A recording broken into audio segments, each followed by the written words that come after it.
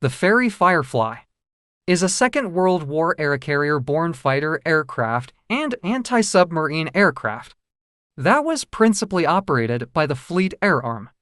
It was developed and built by the British aircraft manufacturer Fairey Aviation Company. Development of the Firefly can be traced back to a pair of specifications issued by the British Air Ministry in 1938, calling for new naval fighter designs, designed to the contemporary FAA concept of a two-seat fleet reconnaissance fighter. The pilot and observer were positioned at separate stations.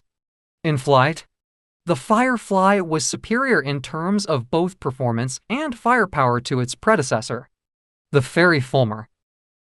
Due to a protracted development, the type only entered operational service towards the end of the conflict, at which point it was no longer competitive as a fighter.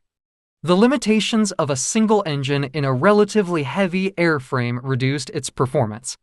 But the Firefly proved to be a fairly sturdy, long-ranged, and docile aircraft during carrier operations. The Fairey Firefly served in the Second World War as a fleet fighter during the post-war era. It was soon superseded in the fighter role by the arrival of more modern jet aircraft.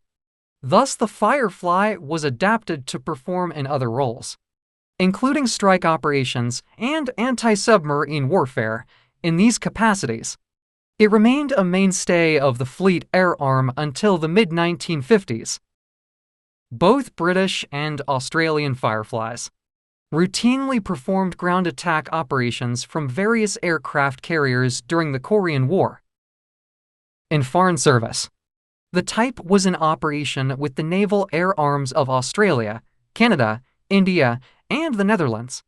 As late as 1962, Dutch Fireflies were used to carry out attack sorties against Indonesian infiltrators in Dutch New Guinea. Its final uses were in various secondary roles, such as trainers, target tugs, and drone aircraft. The Firefly was a low-wing cantilever monoplane, featuring an oval-section metal semi-monocoque fuselage and a conventional tail unit, with forward-placed tailplane. It was powered by a Rolls-Royce Griffon liquid-cooled piston engine, which drove a four-blade, Rodel-built propeller. A large chin-mounted radiator was present to provide cooling for the engine. The Firefly had retractable main undercarriage and tailwheel, the hydraulically actuated main landing gear, retracting inwards into the underside of the wing center section. This undercarriage was widely said a highly useful feature for carrier landings. The aircraft was also fitted with a retractable arrestor hook, mounted underneath the rear fuselage. The pilot's cockpit was located above the leading edge of the wing, while the observer, radio operator, navigator was positioned aft of the wing's trailing edge. These positions provided better visibility for operating and landing, and both crew were provided with separate jettisonable canopies. The Firefly was equipped with an all-metal wing, which could be folded manually, the wings ending up along the sides of the fuselage when folded. When in the flying position, the wings were hydraulically locked in place. The wing itself featured square tips and large Fairey Youngman flaps, which provided relatively good handling while flown at low speeds. A total of 420mm cannon were buried within the wings, which was considered to be relatively heavy armament for the era. According to pilots, the general handling of the Firefly was relatively well balanced, but a level of physical strength was required to effectively execute aerobatics. The primary variant of the aircraft used during the Second World War was the Firefly Mki, which was used in all theaters of operations.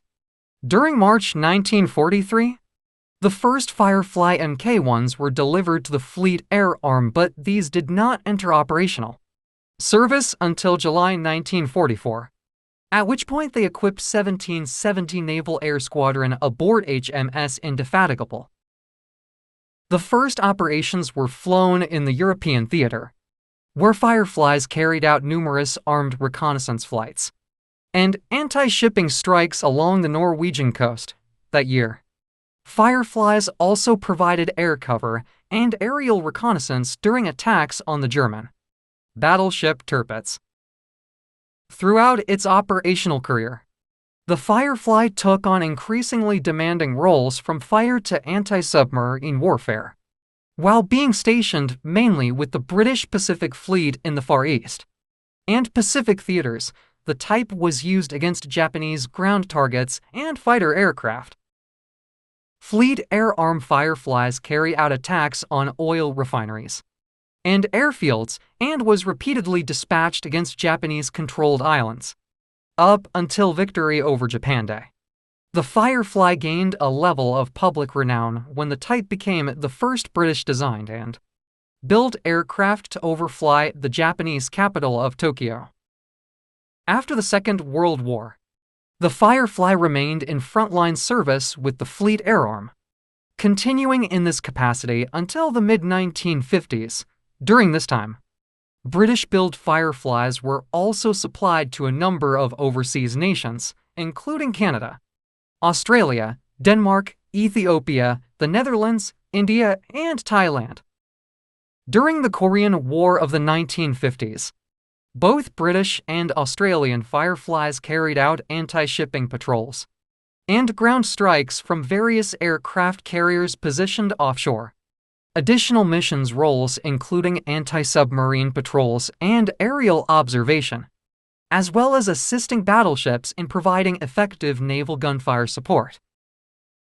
Numerous FAA Fireflies were loaned to the Australian Navy during the conflict, as many of its aircraft did not feature cannons when configured for anti-submarine warfare.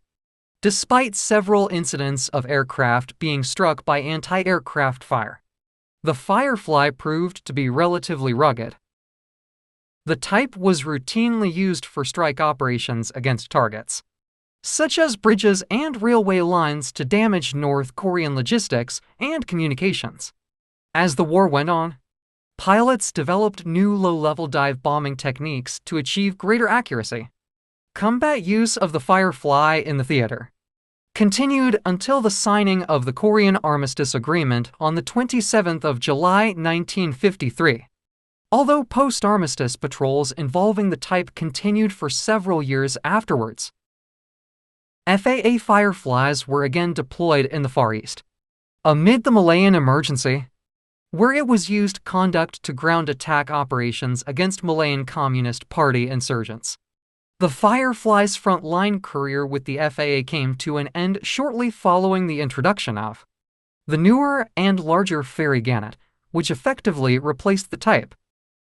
The RAN also decided to relegate their Fireflies to secondary duties following the adoption of newer aircraft, such as the Gannet and the jet-powered de Havilland Sea Venom.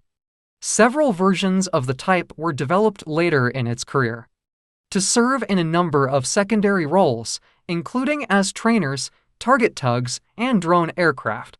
As an example, the Indian Navy acquired a batch of 10 aircraft during the mid-1950s for target tug purposes. By the end of the 1950s, many operators were disposing of their remaining Fireflies, typically as scrap. In the late 1940s, the Royal Netherlands Navy deployed a Firefly squadron to the Dutch East Indies as part of the forces countering Indonesian nationalists.